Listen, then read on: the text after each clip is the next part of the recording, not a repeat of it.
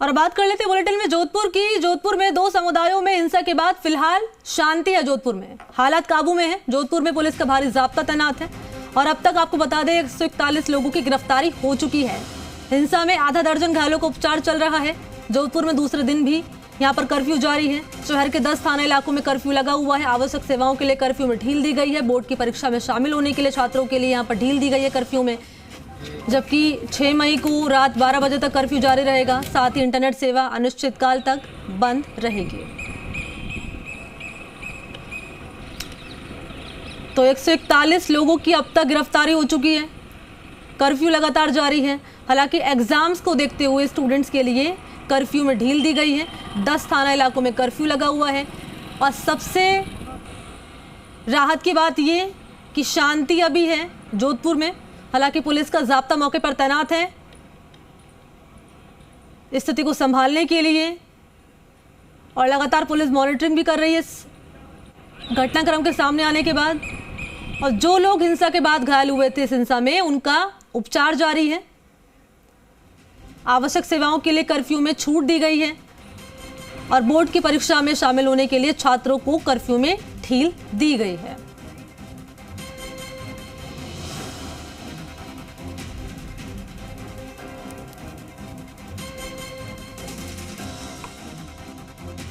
Curfew जो है वो 2 दिन के लिए 48 घंटे के लिए और बढ़ा दिया गया है। तो व्यवस्थाएं जो हैं जैसे जिस प्रकार से सख्ती की जा रही थी उस प्रकार से रहेगी। इंटरनेट जो है काफ़ी जगह से बात आ रही है कि इंटरनेट को एक्सटेंड किया जाए नहीं किया जाए, तो हमने अभी जैसे सस्पेंडेड था इंटरनेट उसको कंटिन्यू रखा है और उसका हमने कोई टाइमलाइन तय नहीं करा है। आगे की जो परिस्थितियाँ बनेंगी उसके प्रकार से उसके अनुसार आगे हम निर्णय करेंगे कि इंटरनेट की बहाली किस प्रकार से कैसे की जानी है। 150 के लगभग 140 के लगभग लोगों को हमने अरेस्ट किया है 151 में, और केसेस के अंदर 14 केस अभी तक दर्ज किए हैं। कुछ लोग जो 151 में हैं वो जेसी हुए हैं और इस दौरान उनके खिलाफ जो सबूत हैं उनका हम आकलन कर रहे हैं, उनकी समीक्षा कर रहे हैं। उनको हम पर्याप्त सबूत अगर पाए जाते हैं तो केसेज में हम अरेस्ट करेंगे। तो कर्फ्यू का दूसरा दिन है। 10 थाना इलाकों में कर्फ्यू लगा दिया गया है और एग्जाम्स के मद्देनजर स्टूडेंट्स के लिए छूट दी गई है। आवश्यक सेवाओं के लिए भी छूट दी गई है। क्या कुछ हालात अभी बने हुए हैं, सहयोगी शरद पुरोहित इस वक्त मेरे साथ जुड़ चुके हैं और ज्यादा जानकारी के साथ। शरद, ये बताइए अभी क्या हालात बने हुए हैं, क्या है जानकारी, क्या है अपडेट?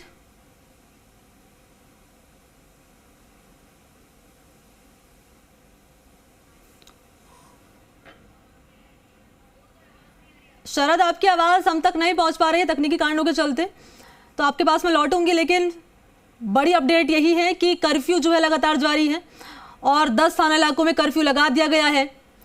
पुलिस का भारी जाब्ता भी मौके पर मौजूद है और आपको बता दें कि 141 लोग हैं। हालांकि पुलिस कह रहे हैं करीब करीब 150 लोग, लेकिन जानकारी है कि 141 लोगों की अब तक गिरफ्तारी इस पूरे मामले को लेकर हो चुकी है।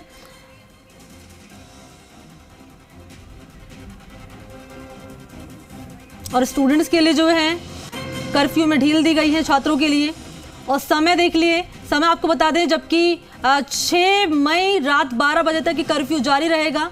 6 मई की तारीख है जब ये कर्फ्यू जो है लगातार तब तक जारी रहेगा। 12 बजे का वक्त है रात और इंटरनेट सेवा अनिश्चित काल तक के लिए बंद रहेगी। सहयोगी शरद एक बार फिर से मेरे साथ जुड़ चुके हैं। शरद, अपडेट बताएं, क्या स्थिति है, क्या हालात है? देखिए, कर्फ्यू का आज तीसरा दिन है और जोधपुर शहर में अगर बात की जाए तो कर्फ्यू के तीसरे दिन भी काफ़ी शांति यहाँ पर दिखाई दे रही है। लोग घरों से बाहर नहीं निकल रहे हैं, स्वेच्छा से भी लोग यहाँ पर कर्फ्यू की पालना करते हुए नजर आ रहे हैं। इंटरनेट की अवधि है जो अनिश्चित काल के लिए बढ़ा दी गई है। वहीं कर्फ्यू की अगर बात की जाए तो 6 मई को रात को 12 बजे तक वो जारी रहेगा। अब तक जो उपद्रवी है उनको अभय कमांड सेंटर के CCTV कैमरा हो या दूसरे CCTV कैमरा हो, उनके जरिए चिन्हित करके उनको गिरफ्तार करने के प्रयास किए जा रहे हैं। धारा 151 में यानी कि कि शांति भंग में 133 लोगों को पुलिस ने गिरफ्तार किया था, जिसमें से कुछ लोगों को जेसी भेज दिया गया है, कुछ लोगों को जो निर्दोष थे उनको छोड़ा भी गया है। साथ ही उसके अलावा जो लोग इसके अंदर दोषी पाए जा रहे हैं, जो कि वहां उपद्रव करते हुए दिखाई दे रहे थे, उन लोगों को जो 18 मुकदमे दर्ज किए गए हैं पुलिस की ओर से जोधपुर में इस उपद्रव को लेकर, उन मुकदमों के अंदर भी उन लोगों को गिरफ्तार करने की प्रक्रिया अपनाई जा रही है। अब तक उन मुकदमों की बात करें जो कि उपद्रव के बनाए गए हैं पुलिस की ओर से या आमजन की ओर से जो दर्ज करवाए गए हैं, उनके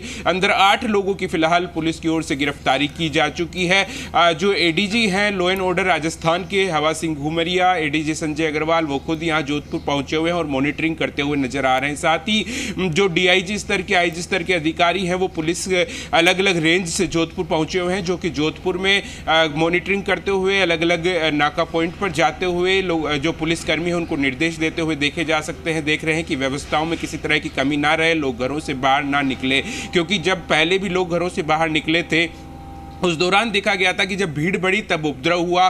पुलिस की कोशिश यही है कि भीड़ को कहीं पर बढ़ने नहीं दिया जाए और जो 10 थाना इलाके हैं उसमें उदय मंदिर के आंशिक इलाके को छोड़कर सभी जगह पर उसी तरह से कर्फ्यू जारी है। हालांकि एडीजी जो लॉ एंड ऑर्डर है हवा सिंह घुमरिया, उन्होंने कल रात को ये साफ कर दिया था कि अगर कर्फ्यू को कम भी किया जा सकता है 2 दिन से, अगर सभी जगह से पूरी तरह से अच्छा इनपुट आता है, जो फीडबैक मिलता है, पॉजिटिव मिलता है, तो वो सारी चीज़ें अभी देखी जा रही है। प्रशासन की मीटिंग होनी है लगभग 11 बजे के आसपास में, उसके बाद में कुछ और फैसले लिए जा सकते हैं। साथ ही जो परीक्षार्थी हैं एग्जाम के लिए जा रहे हैं उनको किसी तरह की परेशानी ना हो, इसका खास ख्याल रखा जा रहा है। और जो मेडिकल इमरजेंसी है उसको लेकर कोई भी व्यक्ति जाता है तो कर्फ्यू में उसके साथ किसी तरह की कोई परेशानी नहीं हो रही है, उसको वहां जाने दिया जा रहा है। जी बिल्कुल, कर्फ्यू को लेकर आपने जानकारी दी है। और ये बताइए, शरद की बात कर ली जाए इंटरनेट सेवा की, तो क्या लगता है कि अगर हालात आगे सुधरते हैं तो इंटरनेट सेवा बहाल की जाएगी या फिर ये स्थिति अब भी जारी रहेगी आगे भी? जब तक कर्फ्यू जारी है लगभग माना जा रहा है 2 दिन तक तो इंटरनेट बंद रहेगा, लेकिन अभी तक इसकी कोई फिक्स डेट नहीं बताई गई है कि कब तक इंटरनेट सेवाएं वापस से सुचारू की जाएगी। लेकिन फिलहाल जब पुलिस अधिकारियों से, प्रशासन से जब पूछा गया तो उन्होंने कहा कि अनिश्चित काल के लिए इंटरनेट को बंद रखा गया है। फीडबैक मीटिंग लगातार ली जाएगी, उसके बाद में ये फैसला लिया जाएगा कि जब सकारात्मक परिणाम देखने को मिलेंगे, फिर से व्यवस्थाएं सही होगी। शांति समिति की बैठक के बाद में ये देखा जाएगा कि किस तरह की सारी चीज़ें निकलकर सामने आ रही है, उसके बाद में फैसला लिया जाएगा कि इंटरनेट की अवधि को कब तक बढ़ाया जाना चाहिए। लेकिन फिलहाल की अगर बात की जाए तो अनिश्चित काल के लिए इंटरनेट की सेवाएं बंद हैं। 141 लोगों की गिरफ्तारी पुलिस कर चुकी है इस पूरे मामले में शरद, और हमने देखा भी, आपने बातचीत भी करी थी तमाम अधिकारियों से जिनका ये कहना है कि 141 लोगों की गिरफ्तारी हो चुकी है। जब ये घटनाक्रम सामने आया था शरद, तो सवाल यही उठ रहा था कि आखिर पत्थरबाज गैंग आई कहां से, इनके पास पत्थर कहां से आए, हथियार कहां से आए हैं। पूछताछ में कुछ फिलहाल इनपुट अभी मिला है पुलिस की तरफ से आपको?